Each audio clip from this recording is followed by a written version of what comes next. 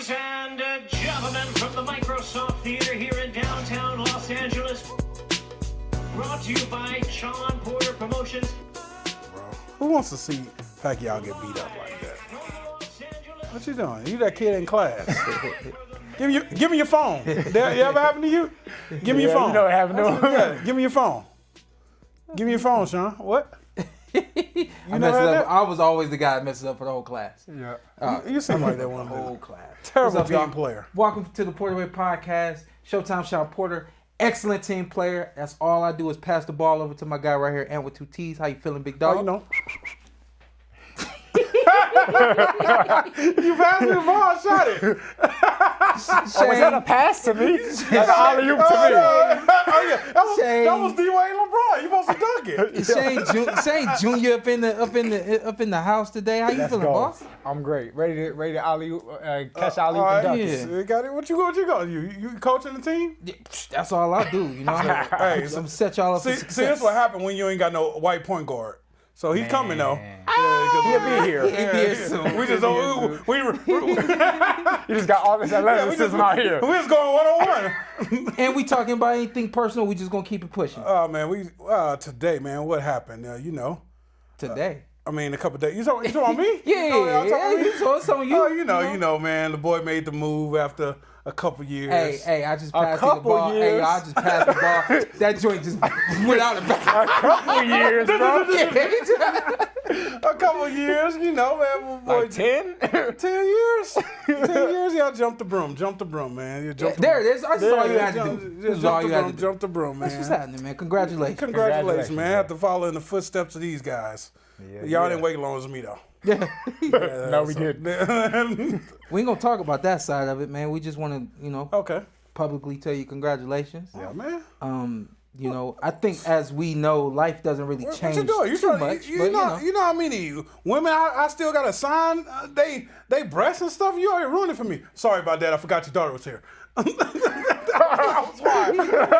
wildin'. Hey, I apologize. I forgot there was a woman in the room. But hey, you already ruining it for me. Sean don't even know how to respond to me sometimes. I hear it, but it's not true. It's not real. It is real. But that was a special moment though when we left the restaurant after the fights, Charlo fighting them a couple weekends ago, and you said, man, the fans are still here, and you came to protect me. And the guy was like, hey, Antt with 2 T's. I said, oh, Antt, that's your fan right there. But it was a guy, and you ain't signed his chest. So I mean, if he asked me, I ain't never seen you sign. Okay, if he asked me, that's pride one now, and I'm down with. No. I won't say something else. That's crazy. I'm down with y'all, though. Okay, I'm down with him. Just chill out. Don't respond. Hey, let me be the crazy one. Okay, let me get lynched. Not y'all two. Okay, y'all got careers. I don't. How does all right? So then we'll let it go. But how does your wife handle like that energy? She just shut it out. No, she don't jump on top of it. Reacts to it at none. People just can't believe y'all two know me. She be like, did you even hear him? They be like, did you even hear him? So more she'll get it from somebody else. And then it's just like, but yeah, both of the moms watching, they just be like, y'all know how I am. I don't care. This is me in real life. Really? Believe it or not. I think that's why most people want to meet you. They want to find out if that's you in real life. Yeah, this is me in real life. Yeah. It's genuine. Hey, what's crazy is, these two act professional. They said some crazy stuff now. I just say don't be throwing us under the bus. I'm seeing both of y'all say some crazy stuff. Yeah, I do my joints when the I know y'all off. make sure the cameras ain't on. Y'all professionals. Exactly. I'm not. I don't even know. That's not a professional bone in my body. Hey, yo, shout out to Scoby. He got everybody keeps saying it's Scoby, but I'm gonna say Scoby until I talk to him and he tell me it's Scoby. Cause it's one damn O, all right? But everybody says Scoby, so yeah. He probably plays on it, but it's spelled Scoby. Right? Kurt Scobe, Kurt Scobe. Got a big knockout on Friday night on the OTX platform. Shout out to OTX too. Yeah. I was intending to get Kurt on today, but he's out of the country since his fight. So hopefully we'll get him when he gets back into town. But a fighter at 140 that don't too many people talk about. And 140 is a busy money-making division right now. A lot of talent there. And I'm trying to think of this guy's name, and I'm mad at myself for not knowing it. He Puerto 140? Rican kid, and he just lost. He lost to Matias? Yeah. That's what you talking about? Matias, thank you, sir. Was the guy at 140 that was like known for being that thumper, that literally killer. Yeah. So Kurt got the physique and he has like the delivery that matches the physique. Yep. So I really just want to hopefully we get him on in a week or so. But until then, at 140, you might have speed, you might got foot movement and all that other kind of stuff. Oh yeah, and he's a former football player too. Yeah. So if you think that because he don't have the kind of boxing experience you got that you gonna be able to just get away with a quick win, right? My man got some shifty feet. Yep. He got this tenacious mindset. He one of them guys that really want it. You know what I mean? So I'm not saying he got next at 140. I'm just saying watch out. Yeah. And same thing with Matias. Matias was a lot of power for a minute before he got slowed down by the Australian fighter. But the difference is Matias didn't have good feet. He just was he was gonna plod and walk you down and eventually catch up to you. I like Kurt. Yeah. And I think Kurt gonna be good moving forward too. Hey, in boxing, is a killer's a killer till he face someone that doesn't fear her? Is that how it goes? Well, so I'm thinking more so he fought at home, right? He fought in Puerto Rico and lost in Puerto Rico. A lot of people don't understand how much pressure that is on you to fight at home. Mm-hmm. Okay. So there's some guys that don't like to fight at home, because I don't want all the pressure. I want people, hey, what's up? Let me get the tickets. Let me do all this stuff. How was it when you fought at home?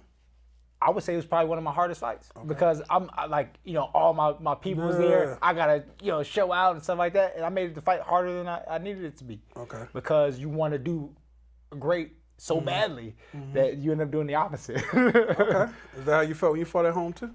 Bruh, when I fought at home and I only did it one time, you not even gonna knock? Nah. He a man from the fifth floor. A man from the fifth floor. What's up, Sean? All right. But yeah, it just. I fought at home. Scoby fight. How when I fought at home, y'all? What happened? You get the win, or you got stopped? Oh, I got the win. I got the win. You know that. What was that, Russell? But Russell Jordan. Only reason why I know that one person. Carson. Shout out to Carson. My boy Carson. But see, you remember homeboy's name? I remember the fight. That's for damn sure. I remember the fight. That's for damn sure. And I'm gonna keep the long story short, but I had a list. I had oh man. I had a list of people I was gonna catch up with. I had a list of food joints I was gonna go to. Right. I had a list of, for the after party. That's too much distractions. I had to have the experience for me to understand. I think I really never been distracted in life, right? But I knew after that I was like, I was just distracted. Never again. That's what that is that people talk about. Yeah, and never again. Stop creating them lists and all that kind of stuff. It all ended off of that right there. But so to your point, it is hard to fight at home. Yep. And you fought in Pomona, Shane? Yeah, I fought Pomona, and it was hard. That's what I was talking about because we were talking about Matias and how he lost to the Australian, Paulo. Yeah, Paulo. And I was saying that I think yes, it could have been a little bit of he didn't have his foot move and stuff like that, but people don't realize how much pressure it is when you got to fight at home and he's a world champion. Everybody's coming there to see him. They've got after parties lined up. They got food. All the family members want to see him, all that stuff, and so all that pressure is hard, and end up not getting the win. So, obviously that might have played a part, but I think he'll be back. Yeah, still a player at 140. Oh, 100%. Best one of the top divisions in boxing.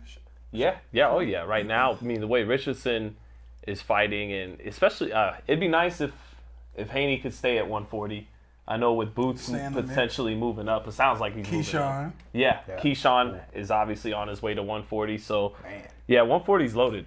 Gary Antoine, and the funny part is the guy who's the best fighter in the division might not be a big selling name, Gary Antoine. You think he's the best fighter in the division? Damn. Okay. See, it's funny. I was silly enough to go with Ryo over him because I was in love with after the Cruz. But after the Cruz fight, I'm like, he just showed that he had another gear, man. And we took that into the fight again. We took that into the fight against Russell. He got another gear. I didn't think Ryo would.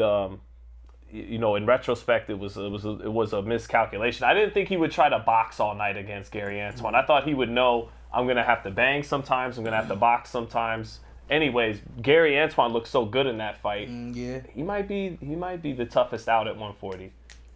I don't think he's the sharpest fighter at 140 though. T.O. At 140 might be the sharpest. Is at Cruz 140. still a player, you think?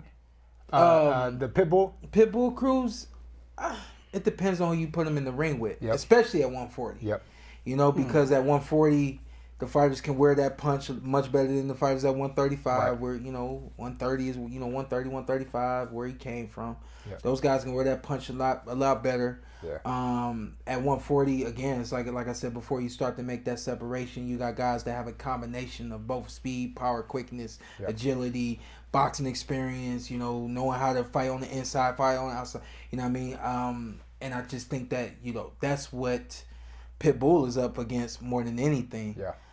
He's going to always be a player at 140 until he shows himself to look really bad. Yeah. The fight against Rayo, it looked bad, but he still had a couple of moments. And then he had a really good outing against Fierro.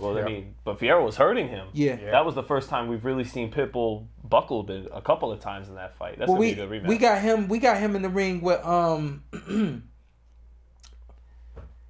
man, it's been a day for me. Cabrera? No, Fierro? No. Who do we Pitbull. We had Pitbull in the ring against the kid that just beat Ryan Garcia. Rolling. Excuse me. Right. We got that after Rayo though, right? Before. That was before Rayo. Yeah. Oh, okay. That's when he won the title. He knocked Rolly out, right? Yeah, he stopped Rolly. He did. That aged well. Yeah. And it, but I think that again, there's a separation between a Rolly, a Rayo, and then a lot of the other guys at 140. You know, so those guys lack experience, all that kind of stuff. Even Angel, that's my boy. I remember I had him on way back when. You should have seen. He's got some weight to cut ahead of the rematch. Is that a good thing? No, I mean weight to cut. Like shit. Yeah. I'll show you. Yeah. He said, "I'll show you." Yeah. Is that bad? I was in LA for his presser. Hafey was there. Hafey will tell you. I'm putting Hafey on the spot. Co-sign that. But to that point, you got a guy that's standing right in front of you. You're gonna always look good. It's gonna always be an action-packed Pitbull kind of night. Yep. But a lot of guys at 140 are smarter and more capable of doing more. So. You got a lot of guys that can do it all. Yeah. I was talking about Kurt. Is it Scoby or Scoby? Scoby, I would say. That's what I would say, but I keep hearing Scooby. Yeah.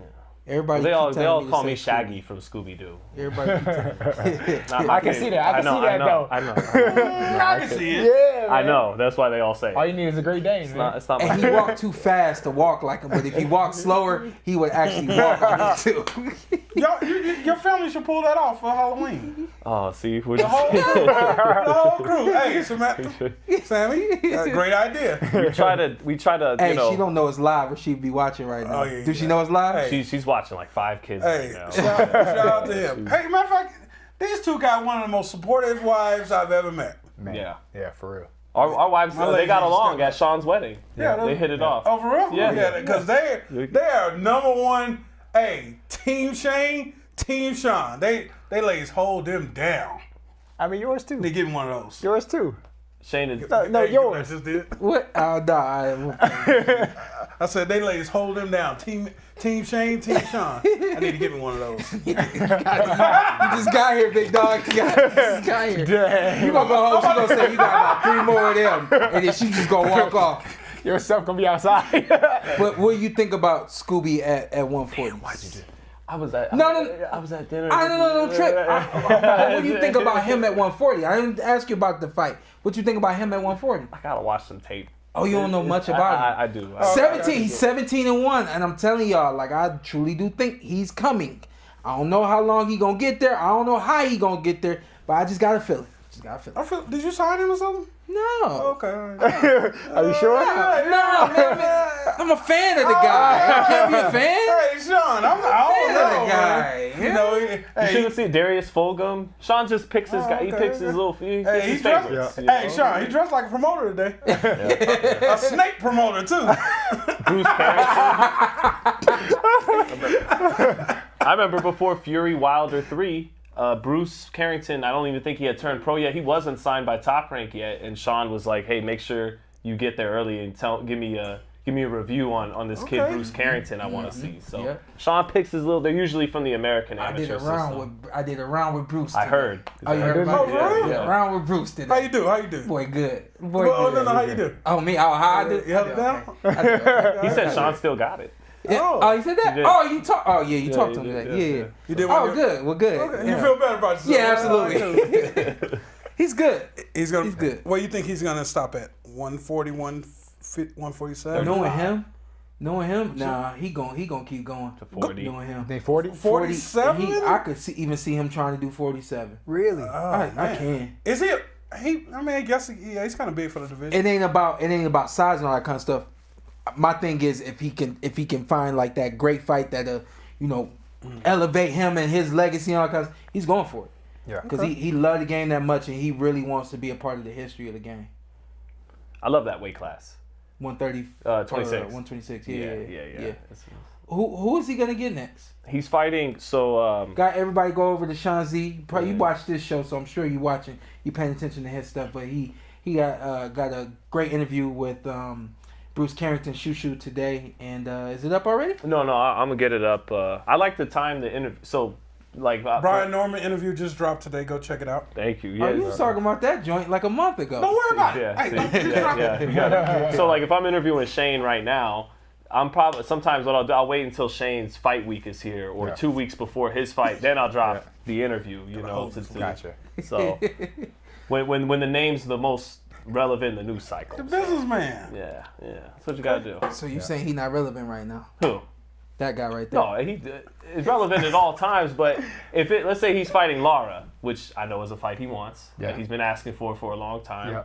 Maybe I'll wait until the fight actually is signed. We got a fight. Then boom, drop the interview right when people are looking for that matchup, and there it is. Let's do this. Yeah, go ahead. Brian Norman fights on Thursday. I can't wait. Friday, really? Technically. Oh, Friday. Well, Friday. Friday morning.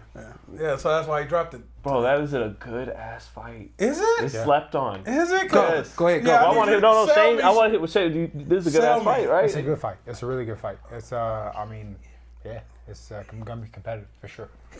Bro, Jin Sasaki is coming to take Brian Norman's head off. I got Norman. Yeah. Right? Okay. Yeah. I mean, here we are in an all-American podcast course. But, that's what the audience is going to say. Like, of course he's picking Norman. But, no, Sasaki is a really good, really dangerous offensive fighter.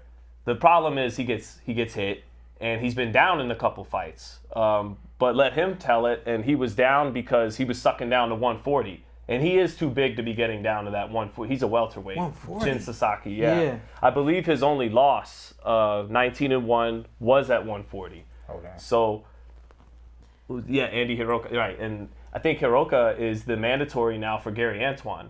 So he's all the way up. So he didn't lose to a slouch at 140 pounds.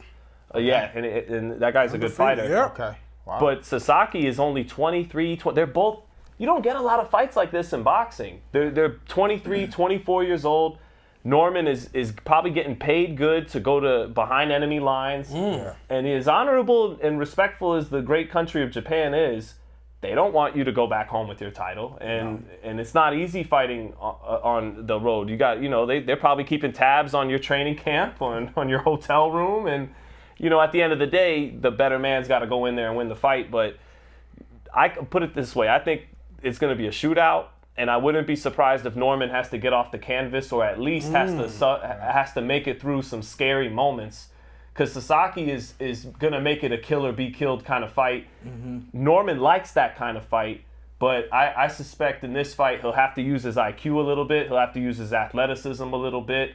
He'll probably have to withstand some scary moments, and as long as he can do that, I think he winds up putting Sasaki on his back. But I wouldn't be surprised if both fighters touch the canvas. This is going to be a hellacious fight for however long it lasts. ESPN Plus, so it's Friday morning? Yeah, Friday morning. I'll be up for that one. This dude. What time? Probably, that's probably 4 o'clock in the morning, yeah. I'm going to get up for that one, too. Okay. If the fight goes that way, actually, it's one of the rare scenarios where I think Norman's better off getting dropped or something and winning that way. If he goes in and blows Sasaki out in 3 rounds, then the perception is like, oh, you went overseas and beat an overmatched Japanese fighter. But if Sasaki shows what I think he might show, that he's a bad boy in his own right, and Norman shows the kind of heart and grit to defend the title overseas, withstand being hurt, withstand being dropped, and still get the job done, I think this is an opportunity for Brian Norman to come out with a bigger name. To raise his stock. Yeah. They supposed to look like a Street Fighter game. Why do you think that if he goes over there and he crushes him, in a matter of a couple of rounds, why do you think that won't shed put him under a big magnifying glass? To your normal American boxing fan, they'll be like, who is Sasaki? He went over there and beat a guy none of us in the United States have heard of. And okay, the guy punches hard, but he has no defense. Brian Norman still can't beat Boots. But funny enough, if Sasaki shows, that he's a very dangerous fighter in his own right and proves how dangerous he is by making Norman have to survive some scary moments, I feel like the perception from your normal American boxing fan is that, oh, he was a threat, and you persevered and withstood it, and you showed us you got heart. And I feel like if that scenario plays out, a lot of boxing fans here in America go, wait a minute, Boots, don't go to 54 so fast. We want to see this fight really bad now. So, and even on the other side of that, the Japanese fan base will then fall in love with him. Yeah. You know what I mean? Yeah. Which it's like, if we're all in boxing, if the Japanese side bigs him up, then everybody else will kind of follow suit. They'd be like, we'll buy the Boots Norman fight because he gave our guy a shot and gave him a hell of a fight, gave us a hell of a show. We're behind him now. And if Sasaki wins, then you got another star. You got a star. Yep. So I mean, is it time for Boots to just move on, though? You're making the right decision. Fight, man. I know. So where did that come from? Eddie Hearn said earlier last week he's moving to 54, but Boots hasn't said anything. But Eddie has said it, and why y'all letting him do this to y'all? Why? Who letting him do the what? Why y'all letting Eddie Hearn do this to y'all? He already did it. Hey, Jerron, feel free to shoot it down, Jerron. He did. Please. But y'all should know by now that Jerron ain't gonna say it. Isn't like that. Ain't gonna say nothing. And Eddie heard me lying. I gotta accept that he lied to you. Yeah. So do you think it's like a play? Like, do you think it's a play? Oh, he going to 54, so somebody will try to no wait and pay more money. Yeah, well, yeah. Ask Shawn. He's the one paying the money. Why would? Yeah, Eddie why would? is, right. Why would he? What benefits? Yeah. Him saying that. Just be talking. I think he just be talking. Because it's like it gains nothing. I'm gonna say this, right? Okay. Here we go. Zoom in. I'm gonna say this, right? And I'm gonna preface this by first saying, Eddie Hearn, I respect you. Here we go. Eddie's cool. We love Eddie. There's this thing called being a habitual liar, right? Yeah, we know Eddie is lying. I ain't saying you a habitual liar, but people that lie habitually, and I've come across people that I came across somebody and they said, "Oh yeah, you went out with that lady," and I was like, "I ain't never went out with that lady. What are you talking about?" And now I'm bothered because you're talking about my personal life, right? So what? She said she went out with you and Terrence Crawford. What are you talking about? She said y'all went and played darts and went and played pool. I said, okay, well, so first of all, I've never played darts a day in my life. So there's one lie. The other lie is I actually think that I can beat Terrence in pool. We've never played pool before. I remember if we played pool because I want to beat him in something. You know what I mean? I said, you owe him a knockout. So Eddie, I'm not saying you out here just lying habitually. But you be lying. But stuff be coming up like that. Just be like, he be lying. Stuff be coming up, man. You gotta stop. You gotta, because you get people going. And I think you don't think he's going to 54? When I did the interview with him 3 months ago, I remember saying that. Nah, my man seemed, and I mean, we know that fighters lie. You know what I mean? This was before. We are habitual liars right too. Before San Jonas, right? Goddamn, this game ain't nothing but a whole bunch of habitual liars. So, but yeah, he said he wanted to stay. He said it wasn't y'all be just lying too. I got something more. I'm working on something. So maybe they're trying to fish for that perfect fight. And it's not happening at 47. The guys that they were waiting to move up and all the other kinds of things, nobody wants Jerron. So Jerron might be like, well, I'm just twiddling my thumbs, hold my weight. I might as well move up. So maybe that's what it is. See, Eddie, I'm gonna defend you, big dog. I know what you're thinking. Yeah, I don't get why you even said it. Now that I think about it, what's the point? Unless you actually gonna do it. And to say it the week before Norman fights Sasaki, like, wait, let's let this play out first. What the hell? Yeah. Yeah. We want that fight, by the way. I would almost It's a great fight. send him to Japan to be at the fight. Right. To fight the winner. If Sasaki wins, okay, let's do this. Get in the ring or at least be in the audience. We'll do this here. Yeah. I promise y'all, he's that bad. He's that good that he could just fight the winner. Yeah. I promise y'all, he's that good. And he watches both of them. I know Sean don't feel like that. But I feel like I don't know about washing. I don't know. No. He doesn't watch Brian. See, that's what I said, and everybody got on me, so be careful. Washed. Be careful, because I said that and everybody jumped on me. Wash Brian? I got him getting washed. Stop it. Well, Between 7 to 10. Brian Norman got skills, bro. 7 to 10. He got skills, man. That dude can fight, for real. And You know he's not washing. You know who Brian Norman is? Yeah. He's Shawn Porter at 147. Stop it. Shawn Porter was a nightmare for I know, everybody. that's Yeah. He was a Stop it. I think Boots wins.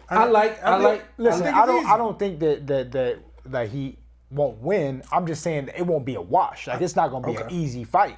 He don't have to work for it. All right. I do give him the edge. If I was giving somebody the edge, absolutely, I'd probably give it to him. But I don't feel like it's a wash. It's a hard fight. It's a tough fight for however long last or whatever. No, it's going the distance, in my opinion. See, I got. I don't think so. I think someone's getting stopped. I think he's going the distance. We said that about the Monte Stanionis, though. I got Ennis. That I got was Ennis. so one-sided. Man. Who? Yeah. What? Who? With the last fight that he Stanionis. just had against Monte. Yeah, I didn't think I didn't see that going like that. Yeah, no, Norman's like a that, little going like different. It's not a little different than Stanionis. Yeah. It's a different. A little more It's athlete. a different. Yeah. Okay. They're way more Don't say tricks. it. Don't say it, 'cause they Oh call me- no, they I'm call just me saying. racist We all the said time. that. That's what we said. That's what we We said. know. I just, We know. Yeah. Hey, Hafey, can you run the graphic of the TPWP membership? So right now, only members And are watching. then do I need to do a live read here? Yeah. I think. Yeah, you gotta talk over it. All right.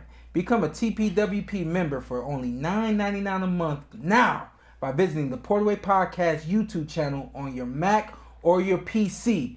All right? You got to go on your Mac, go on your PC, click on the join, or you can subscribe via the YouTube app, but that's only available on mobile for the Android. All right?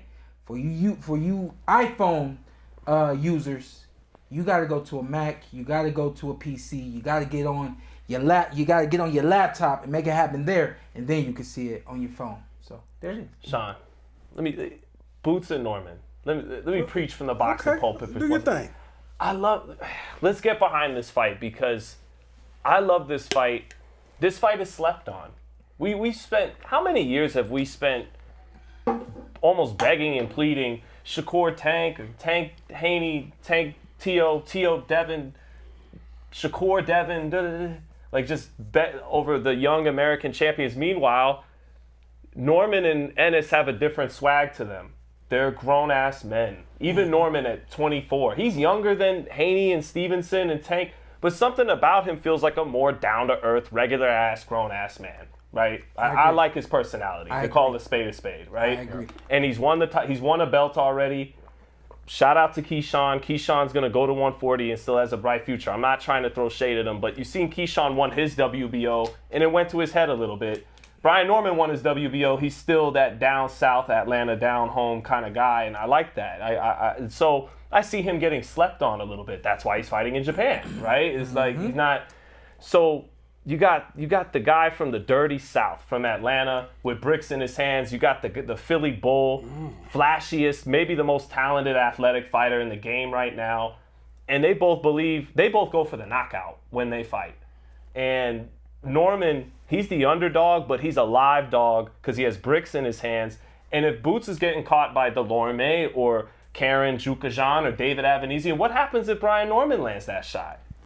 Something could happen. So I love the fight. The way we've been pleading for these other fights, I'm pleading for this fight. Eddie Hearn, you mentioned Eddie says a lot of things. Eddie let something slip about Stanionis. He said Stanionis made more money than Boots Ennis. So So originally it's like, okay, Team Norman priced themselves out. Everybody agreed on that. They priced themselves out, and I still think Mr. Norman Sr. maybe in the back of his mind, I can't read minds, but maybe it's, hey, my son's 23, Boots is 27. We just got to this championship level. Why take this fight now? It's not advantageous to my son, right? Now it's about a year later. He's going to have 2 title defenses under his belt if he gets this Sasaki fight. All right, now let's do it, right? And Eddie, what they're probably thinking now, it's not as easy to say they just priced themselves out, because Eddie said Stanionis got more than Boots did when they unified. So if you can overpay this is probably why Eddie doesn't want to do the fight. He probably lost money making a move happen for his fighter. I'll give credit to Eddie Hearn. He'll do that. He did that for Devin Haney. He's complaining about how he did it for Richardson Hitchins. Like, sometimes he'll lose money in getting you to the title fight in hopes that he can make money once you get to a certain level. So Team Norman's like, hey, you overpaid Stanionis, overpay us. This is a better fight. This is a more desirable fight. I would just hope that Hearn and Team Ennis, they wait for this weekend to conclude. They make Norman a good offer, a realistic offer. And if Team Norman turns it down, then move to 54 and do what you got to do. But I'm pleading, try to make this fight one more time. So is it a better fight at 147 or a better fight at 154? It's only a meaningful fight at 47. Why? Because it's the best versus the best at 47. At 54, it'd be 2 welterweights who haven't done anything at 54 fighting at 154. But maybe, still a good fight. But Wish I could argue that. But maybe later on down the line, right, these 2 champions move up, get a championship over at 54, fight, a little bit older, right? Maybe let's just say 29 and 25, right? Both guys are more, in the man's strength. It could be a better fight. Could be. Time. And they sparred, and I heard the sparring was bad. For who? I tell you what, I like Sasaki, Jin Sasaki. Already got dropped. Oh yeah. I like Jin Sasaki. He's unpredictable. He's got that herky jerky movement. He fights with a lot of speed. You're not a real American. Real lot of speed. And then, you watching him right now? And then he over here throwing him. Southpaw? He throwing him. No, he's an orthodox fighter. But he throws heat. He throwing him. What kind of fighter? Just brawling it out? No, he wants to be in your face, but he not walking you down. He just, he's just right there He's with got you. offense. He's herky jerky. You know what I mean? He got offense. He don't got defense. He doesn't have defense. So there it is. But that should be a really good fight happening Friday morning, 4:00 a.m. over here on the PT. Yeah, on ESPN Plus. 4 a.m. Oh, 4 a.m. Pacific time. PT. Yeah. All right, it'll be 6 a.m. where I'm at, so I'm good. Real quick, I want to hit Hitchins and Kambosos, and I want to get to my man. Let's go. Go ahead. Oh, it was like the ABCs of textbook pure boxing. That's what I thought it was gonna be. And I mean that in a very complimentary way. Oh yeah, absolutely. He boxed beautifully, and then actually showed the killer instinct at the end by getting him out of there with the left hook to the body. Kambosos' conditioning not the same these last 2 fights. He was able to get up from a knockdown against Tio and then finish that fight strong and win the belt. So to be fair, because people Devin went 24 rounds with him. That was probably a better version of Kambosos. That was the best version of Kambosos. The version that Devin fought in the first fight and in the second fight and Tio fought was a different guy than we've seen the last 2 times out. But still, Loma and Hitchins got him out of there. And that. You know why they say a fighter grows old overnight? And even though as young as Kambosos is, it's like we all, and you've heard the expression, you always leave a piece of you in the ring when you get in the ring. So, and that, I truly think that's a part of life too. Like there's a little bit of you that's staying in the ring, and you think about it like that meter, and that meter's at 100%. The more you fight, the more you go, it just never goes back up. You know what I mean? So let's say hypothetically my fight with Errol, as I came to the ring at 100%.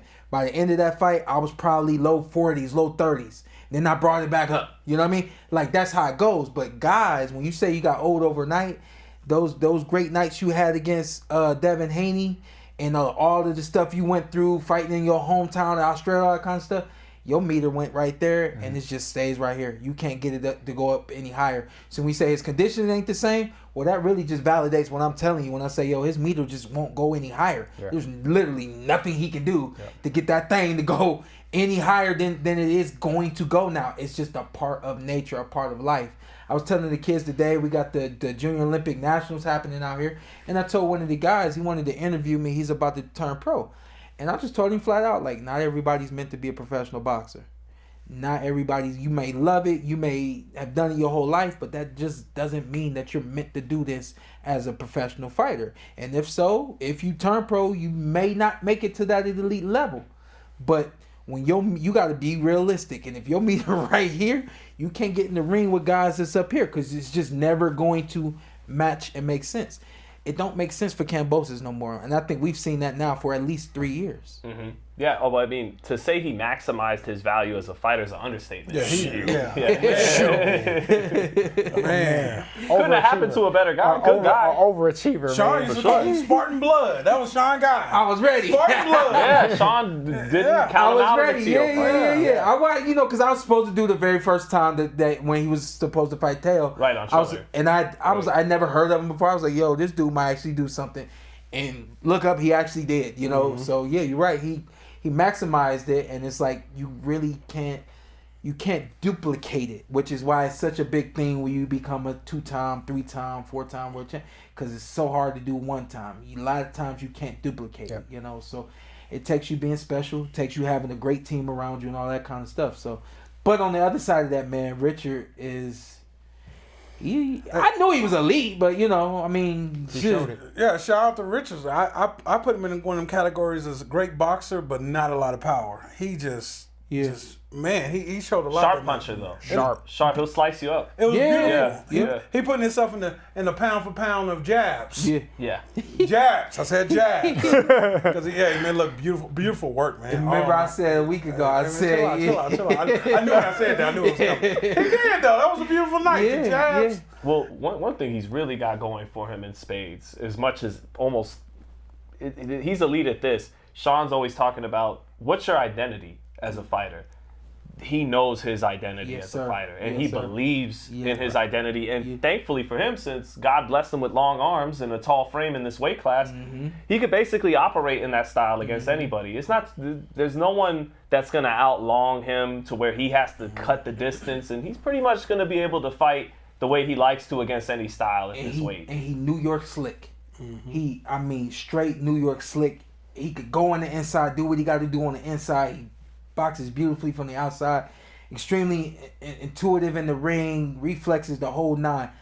I've always liked everything about him, and I've been saying he was the dark horse at 140 for a minute now. After Regis Prograis, after he took his loss to began to get older to Devin Haney, I was like, he's not my guy anymore, and Richardson became my guy. So, great job out there, and we got to get him on the show. Stock doubled.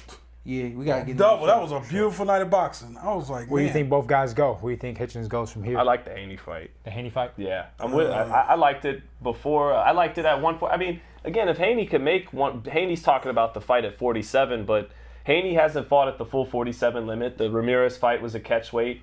Hitchins has the belt. Why not? I got a challenge for my man Bill Haney, right? And I got love for Bill. Let's go, because Bill be talking out his ass lately. Bill's been calling. Let's go. Bill's been calling Devin Debo Haney. Come on, man. Oh, come on, man. Yes, Debo Haney. Okay, come on. He has. He has.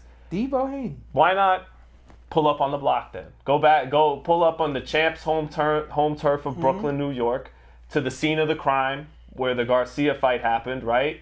Go into the Barclays, fight that man for his title, relieve him of that title, and if you could do that, we got to come on the show and call him Debo Haney.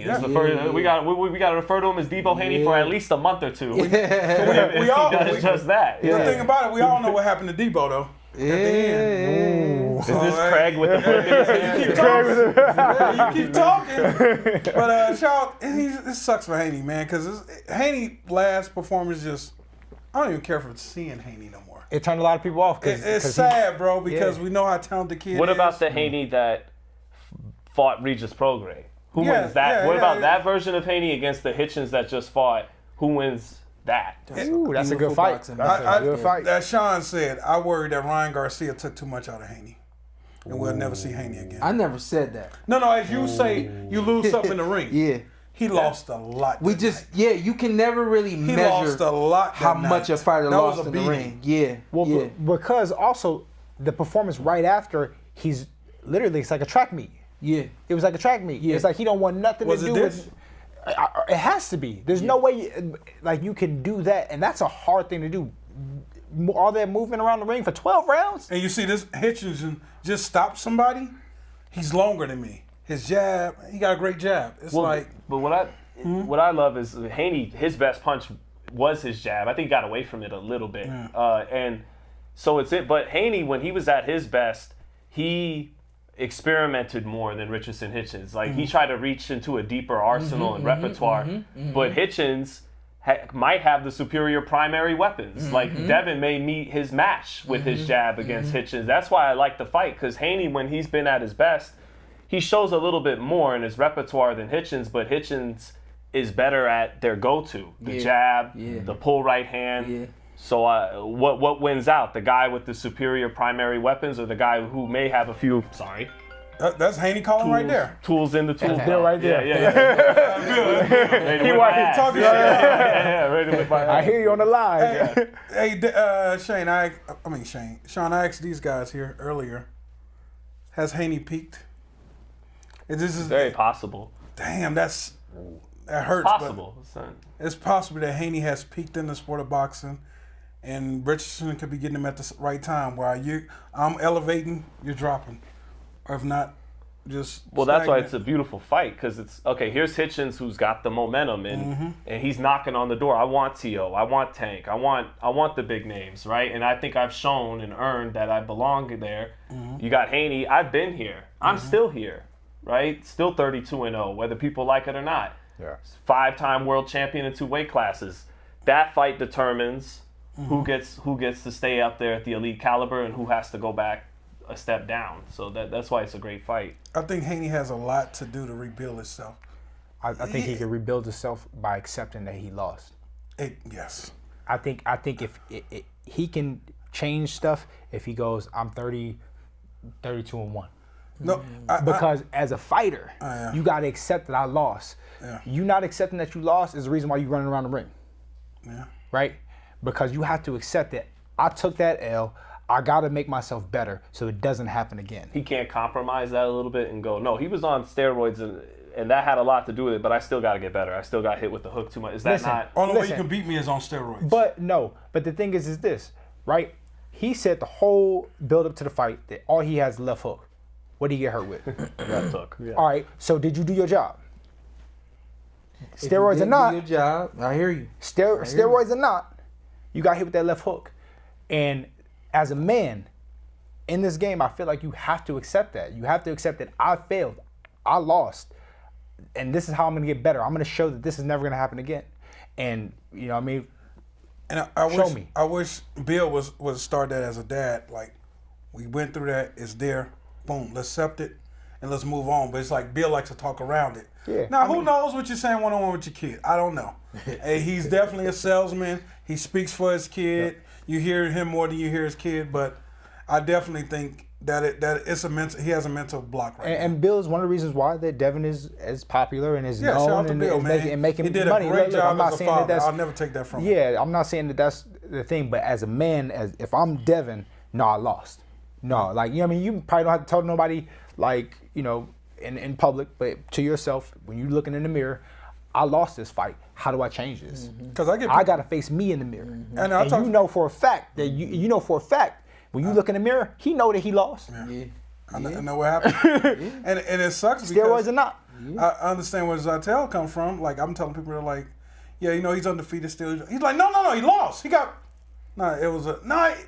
Come on, bro. Anthony, he lost. But that's how casuals look at it. Like, no, I'm not trying to hear that. He lost. I'm just like, yeah, but it was dirty, man. It was like, nah. And it sucks. Everybody watching that didn't see that happen. Yeah. Everybody watching that sees that happen. And in the next performance, they see.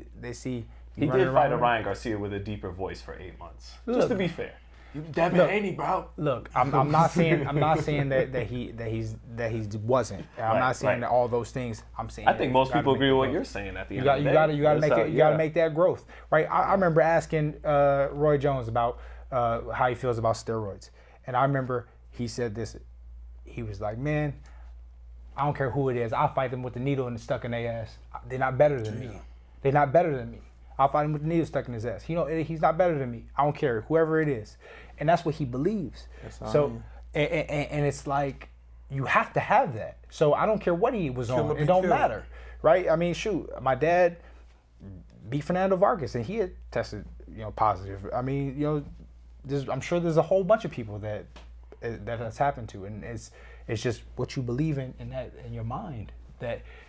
And if you're the elite level, who you say you are, that shouldn't matter. Does he have to fight Ryan Garcia to get past him on block? Not necessarily. I think. Okay. Like I said, I think he just gotta accept it. Okay. Do you think he could? Do you think if he can't make the weight, he can't make the weight? Forget my idea of 140. If your body won't do it, your body won't. Do you think Haney could get down to 140 still? He didn't even fight at 147 last fight. It was 144. 44, yeah. He is a big kid, man. It's really hard to say, Yeah. And again, if you're doing what Terrence Crawford did to get to 168 and be a legit 168-pound fighter, that's different. But if you're not hitting the weights and it's too many Big Macs or it's too much sitting on the couch and stuff like that, there's different ways we gain weight. You gain good weight, you can lose. You can't lose good weight. You gain bad weight, you can lose bad weight. So it's a matter of them really looking at it. Have I trained myself out of 140, or am I just not doing the right things to make it? And they got Snack. I know Snack doesn't actually have a just straight up nutritional program or anything like that. At least they didn't when I was around. But nutritional side of things has to improve for him. So what we do next with Haney? Do not fight Karen. Who? Don't do no bullshit like that. Karan Chukajan? Yeah, don't do no bullshit like that. I know Bill be like, we at 147. I could see them. Again, I wish he could make 40. I love the Hitchins fight in Brooklyn. I think that's just a great matchup. Press conference. I like jabs. Some people, but I like jabs. Like I'll enjoy that. But and they both got great jabs. But I want to see. I still want to see more offense from Richardson. Yeah. You gotta be a little bit more creative, and he got it. You just gotta figure out how to create it in the moment. He is kind of predictable in that sense. Yeah. Try to stop it though. Yeah. But yeah, he's gonna use the jab. He's gonna pull the right hand over the jab. He's gonna check you with the hook. And if he gets in control and gets comfortable, he'll follow up the jab with some fire, with some heat. But I just want you to get comfortable a little sooner. More, yeah. You know what I like though that I've been noticing. I don't think he's built like Gennady Golovkin or Marvin Hagler. Like I think a guy with real good power, real good skills could get to him, right? But what I'm impressed by is he's a little bit more durable than I originally thought, and he has good composure in the pocket when guys think they got the advantage and he don't get flustered. No. Yeah. He keeps he's got dog in him. Just because he's this quick-handed boxer. He's from Brooklyn. He's got some dog in him in the pocket too. Well, hey, we'll wait to see what's next for Richardson Hitchins and Devin Haney. I don't know. I got faith in Devin, and I got faith in Devin because I've known Devin as long as I have. So I know what's in there. Yeah. And the problem, the difference between me and them, I wouldn't know how to pull and move around everything that's in there. But if you don't have those skills and those techniques and that education to do that, then you just kind of end up being in this box of, trying to figure it out. And I agree with you 100%. Number one thing they need to do is say, son, we lost that fight. We know what we did wrong. We're going to be better moving forward. Yeah. But as long as you look at the business side of it and allow the business side to cloud reality, then, you're just gonna live. You're gonna live in the cloud. You can't live in the cloud. But I want to get to you. Hold on. I pray he doesn't turn to Adrian Broner after Madonna. I pray. You do that to me? I pray. I don't think he does that. No. Well, shit, we need to see him get back ASAP. Because We need to see him get back that ASAP. last fight, he didn't show us. Because now you done put that in my heart. I'm like, I need to see you back ASAP, so I know who you are now. If it's 47 and Barrios beats Pacquiao, I got a feeling they might try. Oh, that's a tough fight for him. The fight with Pac? Barrios. Pacquiao is not about to win. Look out of here. Hey, if Pacquiao, Don't hurt Pacquiao. If Pacquiao wins, you need to fight him. You need to come back out of retirement. Or if Pacquiao lose, you got to go get Barrios. That's like your Mr. Miyagi. That's like your Mr. Miyagi. You got to go get that quarterback. Got to avenge his loss. Can you beat Barrios? What's his name? Huh? Because I seen his head. I'm like, yeah. Salute to Barrios. All right, cool. I got it. Professional. Hey, yo, so what? 160 or 168? What we doing? 168. Shane Mosley, everybody. You done with 160?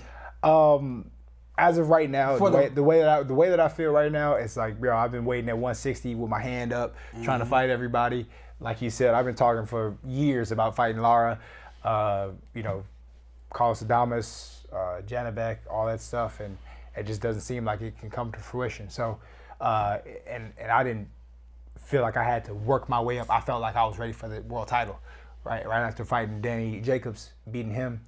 I felt like I was ready for the world title, and it's almost a year out from that. So I'm like, bro, and I was at 168. So it's like to cut back down to really, really, struggle to make 160 to get an opportunity. I don't think it's necessary right now. I think I want 168. When people haven't seen you since you fought Daniel Jacobs, and people haven't seen you in almost a year and a half, right? It's almost a year. Almost a year. Excuse me. So it would have been a year in July. So someone like you, like, what's your daily regimen like? Are you still training every day? You just waiting on the call? So I I've gotten scheduled like 2 fights, and so I obviously prepared for that. Fights fall out, unfortunately. Things happen in boxing, but for the most part, I conduct myself as a professional. This is my life, and so I'm in the gym 3 to 4 times a week. And I do strength and conditioning probably 2 to 3 times a week. So no matter if I'm fighting or not, that's my schedule. You literally calling out Lara. What was the communication like for you to get a fight with Lara? Was it Lara said that he wanted a bigger fight. He didn't feel like our fight would be big enough. Lara's not fighting. And then so well, fuck. So he wants a money fight. We see this all the time. Like, okay, well then let's put both of you guys on the same card and let's build it up and let's make it what it could be. You know what I mean? I'm not. Maybe I'm not sure what the situation with PBC is. Yeah. And what their network is and what the structure's looking like. From my knowledge, I don't feel that they have a deal with a network right now, and so maybe that was some of the problem is because they didn't have a network, and then like to build that up, I wasn't already established with the company, so maybe they just didn't see it possible. And but then I don't know. And then so you're looking at 168. You're like, all right, it ain't happening down there at 160. Yeah. And Jaime Munguia is the number 1 guy for you at 168, right? I would love to fight Jaime Munguia. What when you look at a fight between you and Jaime, like what is it that makes you star for it? And then second part of that question is why would what is it about that fight that we should look forward to? So I think it's a fan-friendly fight. Obviously, he comes in, he has that Mexican style. I have great boxing ability. I can also punch, and I'm gonna try to offset his slow feet. I'll take advantage of him with them slow feet. I tell people all the time, man, you got a strong right hand. You got a strong right hand. And I think that's the beautiful part about me is because I come in with a smile, haha, yeah. Everybody thinks he's all so nice and stuff like that. The smile always gets him, man. The smile always gets him. Oh, he's he ain't nothing like his dad, and then oh shit. Yeah. He can punch. Yeah. Oh, that's dangerous in there. And then I don't know if you got any fights. I got a couple fights for you. What's up? A matchmaker. Matchmaker, right? Yeah. Okay, who? We never get what he talk about. But I mean, it's money making fights. A guy I'll be like, yo. Hey, a guy that's coming back. I think he coming off a loss. Who's that? Coming back into 168. Anthony Durrell. Ooh. Yeah. Okay, Yeah, that's one. Here you go. Here go another one. Our guy, he fought Caleb Plant. This is Sean guy. Been trying to get him on the show forever. Trevor Montgomery. Seen him this morning. He's fighting Pacheco. Okay, Pacheco. So he's tied up. I saw him this morning. That's nothing. I got another one coming off a loss. I got a big fight for you at the end though. Stephen Nelson, Terrence Crawford. That's a good Terrence one, too. Crawford guy. Damn. I got my guy T. So bud, let's go. Bet it up. Bet it up. I got my guy. Bring your guy. I was like, who you got? I'm tripping. I'll bring my guy. You bring your guy. Yeah. And then It's like a dog fight right here. so and then I got a big fight for him. Who you got? Well, hold up. Go back to the beginning. Who was the first guy? Anthony Durrell. What you think about the fight with you and Anthony? I would love that fight. Yeah. Like, you know what I mean? Like, former world champion, great fighter. He's a dog, obviously, for the name. And I would love that. Yeah. What's that fight look like? Tough fight. I think if Caleb can knock you out, I can knock you out. Yeah. Like it. Goddamn. I'm just saying, hey, what's up? Like, Trev is a little busy, but you know, Okay. I like that fight. it's a good T-Rev. fight. I like the fight with Trev that's the nickname. because what'd you call T-Rev. T-Rev? That's his nickname. Is it? Yeah. I like the fight with T-Rev because I think T-Rev gonna make you work. Oh, I yeah. think he gonna make you throw that thing the way you supposed to throw it. Okay. That's what I think. And then He- How you like Stephen Nelson? I like that fight. That's a good fight. He had a, cause I got obviously, Vegas. Obviously, you know, his last loss was Diego Pacheco. Obviously, Very good fight. Yeah, it was a great fight. good fight. I thought he was in it all the way through. And we can do this in He did his Vegas. thing. Yeah. Want me to holler at his promoter? I think we can make that fight. I think we make that fight. I think we make that fight. Not a bad fight. Yeah. Canelo Crawford needs an undercard, right? So Hey, we gotta make this fight. Okay, I'm hyped about that. Hey, so either I get Canelo's guy, which is Munguia, or I get Bud's guy. Stephen Nelson. Stephen Nelson. that's sexy. Or hey, look, if Munguia can't fight for whatever reason, I'll fight Saras. yeah. The guy who lost to him, but you know. What do you think a fight looks like between Stephen Nelson and Shane Mosley Jr.? Shane has the advantage on the outside. Steven has the advantage, in close. Can Shane keep him out? Who can execute the game plan better? Yeah, because Steven rough Shane up and make it a war of attrition where he would probably have the advantage, or can Shane use his superior athleticism and catch him coming in and win that way? So it'd be a good fight. Yeah. Now y'all ready? The big one. Come on. It's Charlo. Big name. Charlo? 168. These guys was so quote unquote stablemates. Caleb Plant. In the fall. Shane Mosley, Caleb Plant. Have y'all sparred? Yeah. Yeah. Shane How'd that Mosley. look? It was even. You talking about it was easy. Have you and Caleb sparred? Yeah. How was it? Come on now. How was it? I handled the job. You trying to come back and I handled the task. Yo, You coming at 168? Hey, listen, huh? No, absolutely not. Well, when he first moved out here, we sparred. It was like, I'm literally coming into my prime. Yeah. And he's still, still growing and rising and all that. And we went a couple rounds, whatever. And I was like, I didn't say it, but other people was like, yo, you did the thing, And I was like, I got more experience on this, on that. Couple years go by, he getting ready for Canelo, and I was actually surprised to hear you say how good you thought I did against him, because I was like, yo, the kid grew up. The kid grew up on me in my mind. I was like, yo, he got me. Allegedly, that's what I said. And Sean made me feel good the other day. He said, you held your own. Because I was like, I'll be honest, Caleb's Caleb. Yeah. He's really good. What he did against Uzcategui was impressive. Yeah, 100. I thought this 168 would whip your ass. Yeah. They make weight classes for a reason. Yeah. I saw the sparring. Yeah. Because KP showed it to me, and I went, wow, damn, Sean did well. So, I don't know. Yeah, no. I think I would love to see that Caleb Plant versus Shane Mosley fight. I think that's a big fight. Two big names in the sport of boxing. Caleb got some soul searching to do. But he don't have time to search. Yeah. Oh, yeah. Your career's right there, so you got to get back up in there with a name. Do you think him and Charlo's still a possibility? We talking about you. No. Listen. Okay. I agree with that. Okay. Because, like you said, that's a big money fight. So I'm thinking about that down the line. All right, cool.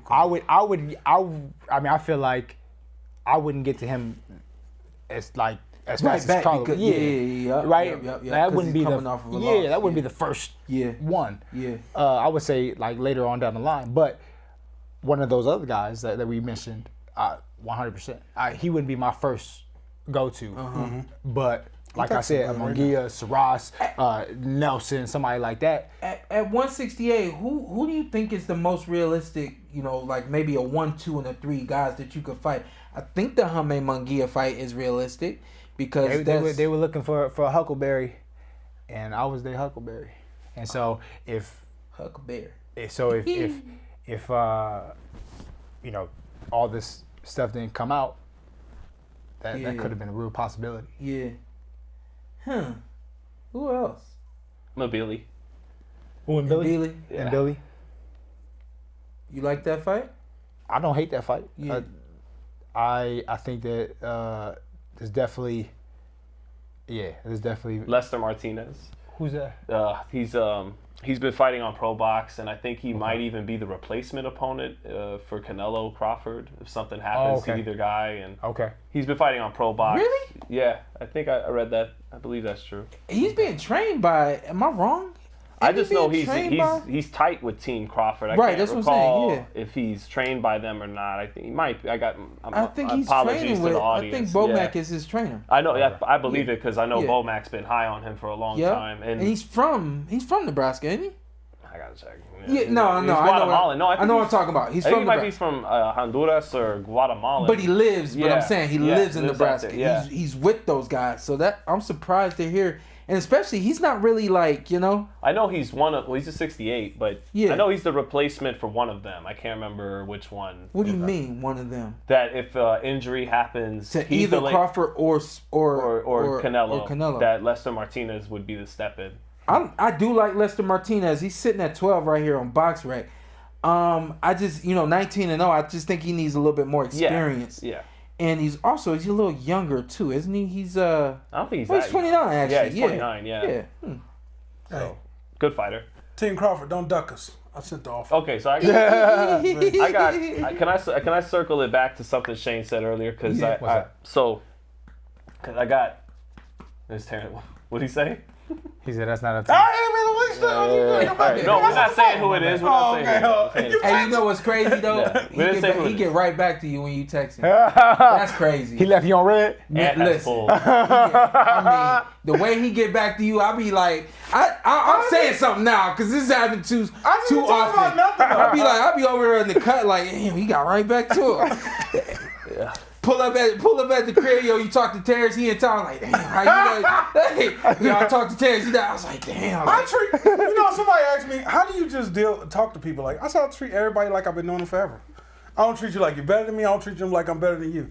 Hey, man, I'll talk to you. I met Shane at Sean's party, and it was like, hey, I'm having a party at my house, come over. Yeah, for real, like that. That's how I was like...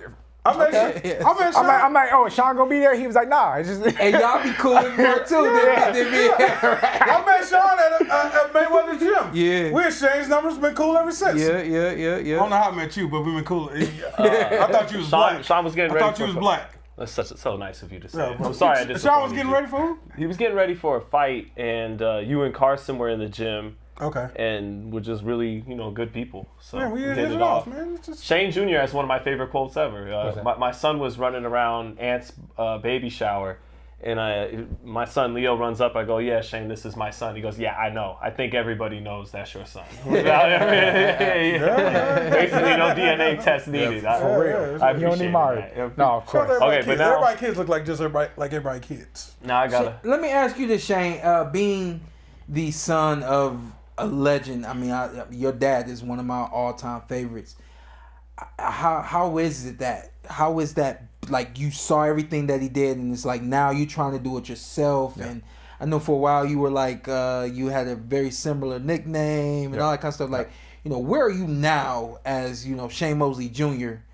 in respect to all that? I'm thankful for our relationship. I'm thankful for being able to see life from that perspective, right? But I had to make a change within myself that I have to look at him as a peer and not as my dad, right? You may have a different perspective of that, having like being your dad, being there, and I feel like a lot of people don't understand because they think, oh, well, you should want to learn from him, you should want to get everything from him, and I've gained a lot from him, but from the fight aspect, I have to create my own thing. Like this is mine, right? And I can't be great if I don't say this is mine.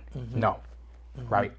Yeah, you can maybe give me tips from outside, but it's mine, right? And I feel like I have to be, because you're gonna overshadow me.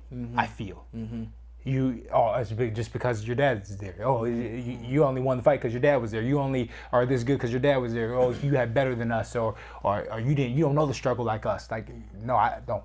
This is mine. So yes, I built this shit. You know what I mean? And so like that's what I felt like I had to learn, because otherwise I'm not gonna be proud when it's all said and done, because there's gonna be some foreshadowing of my legacy. So I have to go, no, this is mine. Yeah. I need this. So with everything that your dad has done, like what's your biggest goal, or what are the things you're I want to stamp my name in history. Yeah. So I want to, like, this game, like I said, has given me everything in my life, like literally everything. Like all I am is boxing. Like I like, from being a kid, the life I got to live was because of boxing. The principles, the mindset, all these things was because of boxing. I got to see my dad when he lost. I got to see him when he won. I got to see him afterwards. Everything that I know is boxing. The reason why my kids are fine is because of boxing. You know what I mean? Like, all the great memories that I have from boxing. I want to be a part of legacy. I want to put my stamp, however big or however small it is.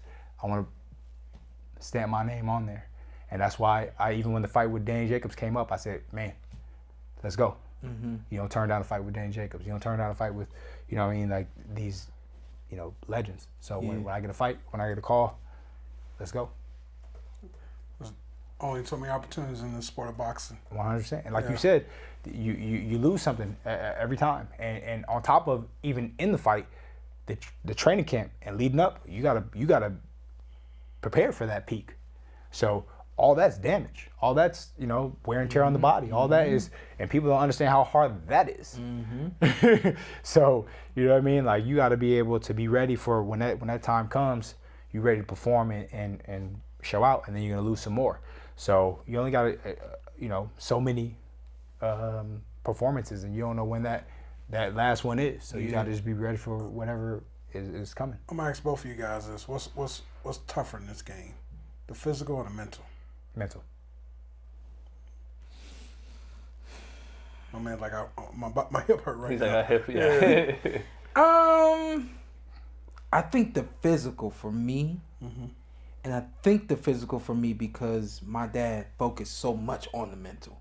Okay. So I think that's why. It was like my dad was so hyper focused on making sure I was a rock mentally and nothing was gonna break me and all those other things. And it was like, in that process, I'm going through the physical breaking, so I was literally being broke down physically and then always built up right as that the end of that camp came, and mentally I just was always ready to go. So and I'm built it just a little different. So it's just a little different for everybody in this sport of boxing. This sport of boxing, it's a bitch. Yeah, it sucks to say the least. I love y'all both. It sucks to even. I enjoy y'all career, but it sucks to watch y'all career. Hey Shane, what would you say is your best fight? Well, I would say the best fight was Gabe Rosado. I would say that's my best fight. Yeah. But my bet, like the most accomplished fight, I would say would be Danny Jacobs, just based on who I fought and then what happened after. Yeah. You know what I mean? No offense to Danny, I love you, but I retired a legend. He was set to try to come back and into the game and go for another push. I stopped that. And for me, that's a stamp. That stamp that I feel like a lot of guys the reason why I've been off for a year is because it's a tough fight, right? Like obviously I outboxed Danny Jacobs. So you go for anybody, else out there, you're a young up and coming guy, this is gonna be a tough fight because he can fight. And he's not, some easy walkover. But you ever beat Danny Jacobs? But on the other side of that, I think because I did, I'm like 2-5 against the dude. Oh, fucking tough. Okay, all right. But because I didn't stop him, and I didn't. You wanted it? For me, it was like this. I was like, I don't want to be beating him this whole time and then him knock me out. So I'd rather get the win and then take a chance and get knocked out by the legend. So for me, it was like, let me just win. Now, hindsight, I should have went for it. Hindsight, I should have just bit the bullet and go, nah. But I was trying to be smart and think, okay, just stick to the game. If you had known they weren't going to give you a fight for 12 months, all right, then I'll step on it. No, of course, absolutely. Let me go try to knock him out. You know what I mean? But, and that would have been a bigger notch on my belt. But I find that, that little thing probably would have changed a lot. I'm looking at your box rec. So this is the cheat code right now, and I asked you what you think your best fights were. If you've never seen Shane Jr. fight, I would actually tell people to go watch the Jason Quigley fight. I tell people I really like that fight. First half, first half, yeah. The Gabe Rosado fight. Probably should have won it. And the Demetrius Ballard fight.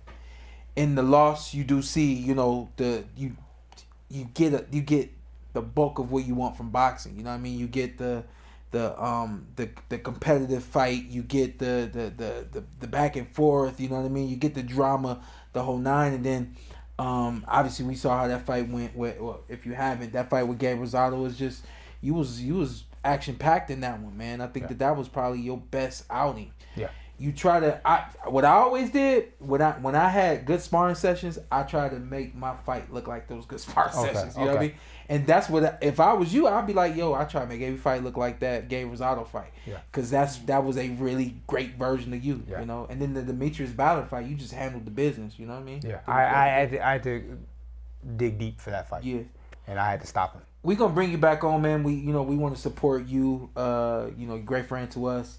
And we want to see you get where you're going. And it's like I hit you the other day. Hey, how can I help you? You know what I mean? Yeah. If at the least I can start my man by getting him on a circuit, on a marketing circuit to get his name out there and let everybody know that Shane Mosley Jr. is still here, still wants to fight, and it's just waiting with his jumping up and down with his hand, waiting to be called. Pick me, coach. Yeah. SP, can I circle back right before he signs out? I feel like I left something. When we were, because I know that the one thing the audience is going to take away from this whole podcast was how passionate he got when we talked about the Haney situation and the aftermath of the Garcia fight. And now I'm remembering your dad was in his camp in New York for that fight. So I forgot that element of it. And when you brought up that Roy Jones says, I don't care if the guy has a needle in his neck, and your dad, I hesitated in that moment because I have so much respect and love for the great Roy Jones and the great Shane Mosley Sr. Right. But then I my job is to follow up and that, and then I hear Bill Haney in the back of my foot. How Bill adjusting his Gucci shades at me and going, how you not tell that motherfucker when he brought up Shane Mosley that his pops did steroids and Roy Jones he did steroids against Richard Hall. So he never popped for steroids. Right. He never popped for steroids. So just like he was alleged that he used steroids, he never got popped for steroids. He never had a test that said he was for steroids. He was on your guy, Victor Conte, who's going through some cancer stuff right now. The owner of Snack, right? Look, I'm nothing against that, but it's like because I was with Snack too, so there's nothing against that, and I'm not saying that you're doing that, but it was just because he was on his ledgers of all the stuff that he got caught up in. So it's like there would be no different than that Devin would get popped for that reason, right? Because you're on his ledger of all the stuff that he's doing, you would have got popped during that time. I guess Pops was on the HBO showed it months after the De La Hoya rematch. He had to admit in a hearing about the EPO with Conti, and it's funny, ironic enough, Haney's with Conti now to this day. And exactly, but what I'm saying is he had to admit to it, but he didn't ever test positive for it. Right. So that's but that shows you how deep it could be in the game. There could be a lot of fighters never testing positive, but some substances are being used. Yeah. So I mean, but nevertheless, it has nothing to do with what I was saying. It has nothing to do with none of that. I'm talking about the mentality, the mindset. You gotta be a dog in this shit. Right? Like the fact that you're using that as an excuse. Even when Tyson Fury and Deontay Wilder, after the first fight, it was because it was a long count. It was always an excuse. It was always an excuse, and every single time it got worse and worse. because it actually got better after the second fight to the third fight, but he still lost. But it got a little better. Excuses? But what I'm saying is that he lost, yes. And he lost because you can't accept that. This man beat me. He was better than me that night. I got to come back and I got to win, or I got to be better. The only way you change is if you accept the fact that you've messed up and you've done stuff in the past, or that you didn't do something right, and that you get better. That's ownership. That's accountability, and that's how I feel like you would get better. And yes, we can all point fingers of this and that and this and that, but at the end of the day, I do feel like it would have helped and would have been beneficial to a better fight, because you wouldn't be afraid of these things. You would go, okay, I'm dealing with it. I'm dealing with this, that I had a bad performance. I didn't do what I was supposed to do, and I can change and become better, and people can see me in a better light. Because I don't think two performances like that everybody is asking for, him to fight in a main event, like big fight again, right? Show us more. Show us you are what you say you are. Yeah, I mean, there's some guys that like the Canelos out there, right? With Devin's resume, you would think that he could fight anybody, Billy Fall Down, and be able to fill up a stadium, right? He's got the list of fighters that he's decorated. Yes, he's got everybody on his resume. So you would think that like Canelo, he could fight anybody, right? But he can't do that because of those last two performances, right? That people clearly could see that something is not adding up, right? And so that's all I'm saying. I'm not saying that he's not a great fighter. I'm not saying that I don't love him as a fighter. I think that he's great. I think that he's one of the best talents. I don't think that he's peaked. I think got to get back. I think he just got to. And I think you're right. The best way, or the so way he gets back there. Yeah. Yes. I'm not shitting on the guy. I love the guy. Yeah. Some people can't accept tough love. No, especially Boxers my generation. Right. We like if. In order to tell somebody that you love them, sometimes you gotta tell them to do the hard things. I remember, like after I beat Danny, he said, "Man," he called me and said, "Yo." On the show, even. Yeah, he was like, "Yo, man, like what? Like, step on the gas." Yeah, what's up, man? Like I thought you won, but you could have done more. I'm gonna tell. I did him after Danny Garcia. I would tell a quick story real quick. The first time we sparred out there in L.A. Yep. I went back to the room and I was like, "Yo, he fight just like his dad." And I was like, in that right hand too. I was like, he got it all, you know what I mean? And I was like, how come he can do it and I can't? Because I just getting in the ring with you and looking at you, everything is a lot like your dad. And Samantha, my wife, we saw him fight at the Cosmo back in like 2016. Yeah. And she's like, wow, genetics are crazy. That dude really looked like. And that was when he was mad raw with it too. Yeah. He just was probably all shame. I say his dad with a twist. Yeah. It's his dad with his twist. Yeah. So he put his shit on it. We just gotta get the twist in the ring. That's all. Yep. Trying to do our job, get the twist in the ring. We signing somebody, or what we talking? Who's that? You. We mean signing Free somebody? agent? What we doing? Business. Oh man, shoot. I mean, anybody that's willing, anybody that's money talks bullshit. You're not with. I'm not with anybody right now. Not with Golden Boy. No, not with anybody right now. So, I mean, I'm willing and able for if anybody that's trying to move me, you know what I mean? Like I don't want just like a fight. I want somebody that's willing to see the. You don't need a manager that believes in you. Yeah, that believes in me. Right. You need a promoter. Right. That's what You I got want. a promoter. So, You got a manager. Let's get that done. Motivation message before we get up out of here, and hopefully this helps y'all. Was having a conversation on my way here, and I said you gotta look at trauma like it's weight on your body. You have, just like you have the weight that you need to lose, you have excess weight of trauma on your body as well, in your mind. So the weight on your body, the excess weight, slows you down. The excess trauma in your mind slows you down, weighs you down, prevents you from being able to be all you can be mentally, get out there, live your life, and all those other kinds of things. And so I told my guy, I said, you know, at the end of the day, just as much as you need a nutritional diet to lose weight, you need a nutritional mental diet to help you get rid of that trauma as well. Everybody out there, you got something that happened when you was 7 years old, 10 years old, 25, however old you are. And what you don't realize is daily, by you not handling it and taking care of it, it's just weighing you down. It's just excess weight in your mind. Find that trauma, find some help, and lose that weight. This is the Porter Way. Stay blessed. Ladies and gentlemen, from the Microsoft Theater here in downtown Los Angeles, brought to you by Shawn Porter Promotions.